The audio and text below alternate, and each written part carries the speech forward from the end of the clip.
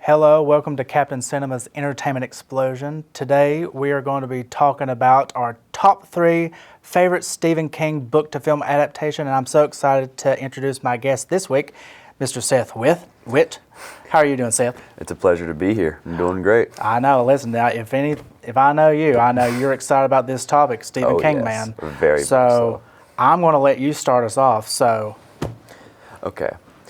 So, number 3, I would probably have to go with Dr. Sleep. It's more of a recent adaptation, but one that is like really, really well made. Really, my only issue with it is the ending, where it seemed like they just completely threw away the original ending in terms of fan service to the original Stanley Kubrick's The Shining. They did, actually, because if we all know our history of Stephen King, he was not that big of a fan of the original film, and his ending to the book was the hotel did burn down. Mm-hmm. So that was a way for Mike Flanagan to pay homage to that original novel, was to have that ending that was meant to be for the original Jack Nicholson film to be put into the one with Ewan McGregor. So yeah. I actually kind of dug the way they did that, because they kind of... Yeah. Me too. It's just it just seemed like for a good 15 minutes, it was nothing but original Shining imagery. Like, you got the twins, you got the blood coming out of the elevator, you got all this. Just but I do understand why. I don't know.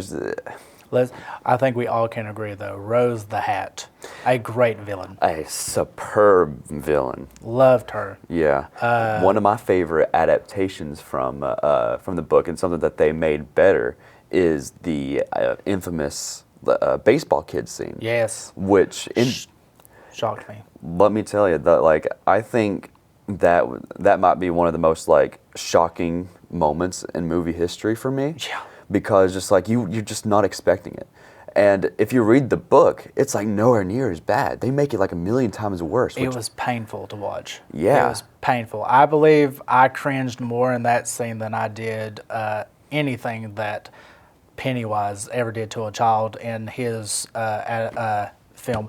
And speaking of Pennywise, I know that this is a topic you're going to love to talk about, because we both can agree that our second favorite adaptation book to film would have to be the 2017 version of It Chapter 1. Come on now. Honestly, I would put it at number 1. Number 1, yes. Oh, yeah, but you didn't say it. What's your number 3? Well, my number 3 would have to be 1408, because John Cusack, Samuel L. Jackson was the selling point for the film. It's based off a short story. It's not even a big story. It's like one of his novellas. Yeah, it's from was it the Graveyard Shift, or? It might have been. It's from one of the collections. Yeah. I know that. Loved it. I'm not even kidding when I say that Sam Jackson sold the idea of how evil that room is when he said the line, "This is an evil blank room." Love that, because it put chills down my spine.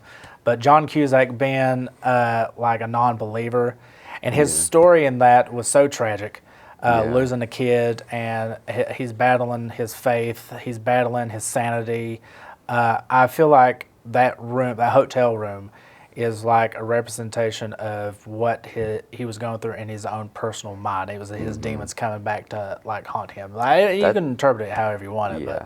And that just brings up one of the best aspects of Stephen King. On the surface, you have these very simple plots, but you can usually take them as metaphors for something else. Oh, it's a little horror film about an evil hotel room, but really it's about this tragic man's past, and how that's grief can affect you and drive someone insane. That's true. And speaking of grief, I think I can honestly say without a shadow of a doubt that another film that had a very tragic ending was The Mist. Oh, yes. Spoiler alert, who has never seen The Mist, but let me go ahead and tell you now that movie... One of the most tragic endings in movie history. Seth, would you like to go ahead and spill the beans on how that movie ended? Let's give the audience a briefing of the movie. So, a portal opens up, all these monsters come through, terrorizes a town.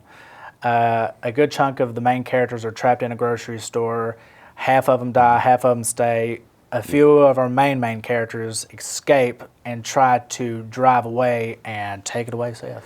So they try to make it to somewhere safe where they can get some help, but they run out of gas, and they just have to. The father comes to a really tough conclusion because it's like a family. It's like this group of, I can't remember if there were any friends, but it was mainly a family, like this family that you're following, and this father comes to this really horrible conclusion to where he doesn't want his children to grow up in this world.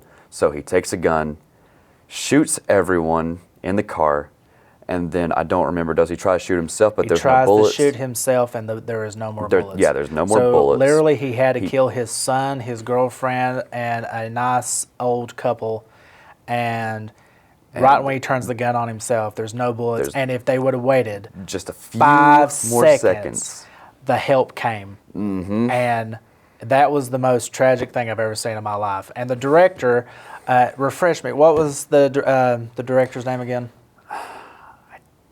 I'm trying to remember I can't remember his name. But anyway, the director came from a dark place when he came up with that ending, because that was not in the original story. So he was in a bad place, and he was like, you know what, the world, and it's true, the world doesn't give us happy endings every single time. And that was what he was trying to showcase with that ending. Like, just a few seconds longer, and everybody in that vehicle would have been saved. But now that guy, the main character, has to live with knowing he had to kill every single one of them, and he couldn't even. Yep. That's terrible. So, which brings us to probably our last favorite adaptation. So I'll let you go first. So for my number one, Your number one. I think I spoiled it a bit earlier. A little bit, yeah. But it would have to be what was it called? Like, it's got a It. It. I don't think anybody's ever heard of that movie. From 2017. There was an adaptation in 1990, but that had to be severely restricted due to premiering on ABC, was it? It was. And Tim Curry, man. yeah, but Tim Curry absolutely stole the show. But that's not what we're talking about. No. We are talking about Bill Skarsgård's Pennywise in It 2017, where, in my opinion, they took they made the choice to take the time period, because the book and the original miniseries took place in when they were children in the 50s. They updated that to the 80s and made a it made it a whole lot what's the word, more modern in that sense. They're riding the Stranger Things fan bus when they changed the time period from the 50s to the 80s, because everybody knows, of course, Stranger Things is set in the 80s, which is, everybody loves nostalgia. So, of course, there's references to when you see the movie theater, I believe Batman, one of the Batman's earlier ones was playing. If I'm not mistaken, it was the original Batman, Yeah. and then Nightmare on Elm Street 5, I think. Yeah, which is hilarious. But, Yeah. yeah, I have to say, the first It, definitely a huge hit. Yeah. Andy Muschietti, the director of Mama. Brilliant director. So happy for him. Can't wait to see what he does next. Hope he does more horror. Yeah. I hope he takes on this It series that they're making. Welcome to Derry. HBO Max is doing a prequel series called Welcome to Derry. And I hope that they're so the book has these interlude chapters where it's takes place in the 27 years between the main events, where Mike stayed in Derry and he got accounts from all these people that had run-ins with It in the past. I hope that each episode is a different account, I guess you could say. And where we know, and if you've seen any version of that film or read the book, you know how the story of Pennywise ends. So it'd be nice to see his origin of sins. Yeah. I would be interested in that. Yeah. But that show won't mean anything if they don't get Bill. No. See, Bill is Pennywise for this generation. Tim Curry was Pennywise for the 90s. Yep. they can't do, like if they get anybody but Bill Skarsgård, then I might not watch it. I probably won't watch it because I feel like there's certain actors who become the character and you know them, so when they get replaced, you're just confused. I mean, yes, we've had several different Batman, we've had several different Spider-Man, but there's just something about when an actor can play one character and it like means something to a certain type of like audience. It's the horror audience for us. It's the same thing with Robert Downey Jr. and Iron Man. Neither one of those can be separated. Yep. He is Iron Man for now and forever. So I feel the same way about Bill Skarsgård as Pennywise. Yeah. And So, like just look at the lip thing. Like Pennywise has to have the lip thing now. yeah. Well, I will say that one of my favorite book to film adaptations, my last would have to be, I will just go ahead and say Misery. Misery. Loved Misery, loved Kathy Bates especially, James Caan as well, rest in peace. But Kathy Bates, Annie Wilkes. Excellent. Annie Wilkes. Excellent. Annie Wilkes. You know what? Kathy Bates can do no wrong in my eyes. She is a fabulous actress. She should have gotten at least 2 Oscars at this point, but that's just me being a fan. But I will say, listen, she was disturbing. And I loved the background history of Misery because Stephen King said that he came about that because he had a lot of like super fans. Yeah. And he just put himself in the situation of what if one of these fans Was like a crazy. psycho. Yeah. One of the people I would write about. I mean, come on. But I will say that everybody changes things from Stephen King's novels to when they adapt them to the big or small screen.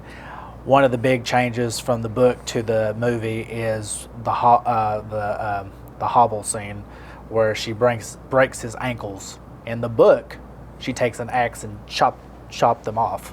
I don't know if you were aware of that. Oh, I haven't read the book, so yeah. I didn't know that. In the book, she doesn't break his ankles to where he could heal up and walk again, but with Yeah. a limp, no, she Completely removes his foot. She kind of like clips his wings a little bit. She makes sure that he can never, fly Yeah. again, and that was super disturbing. And then, Yeah. of course, there is this is not a film adaptation, but it was actually it was good. It was highly praised. But they did a Broadway show. It was like off Broadway with Bruce Willis as the author, and I can't remember the actress's name, but she played Aunt Jackie from Roseanne. She played Annie Wilkes, and that went over very well. I would love to see another version of Misery personally because I feel like there's a lot they can do, and I feel like today's audience would be shocked to see.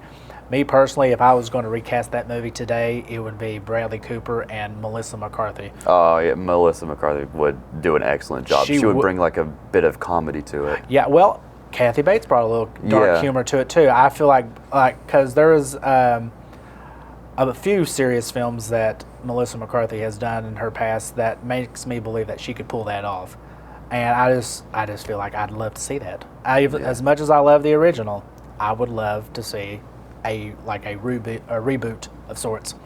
You never know, but that's today's show. Thank you for tuning in, and I will see you next time on Captain Cinema's Entertainment Explosion.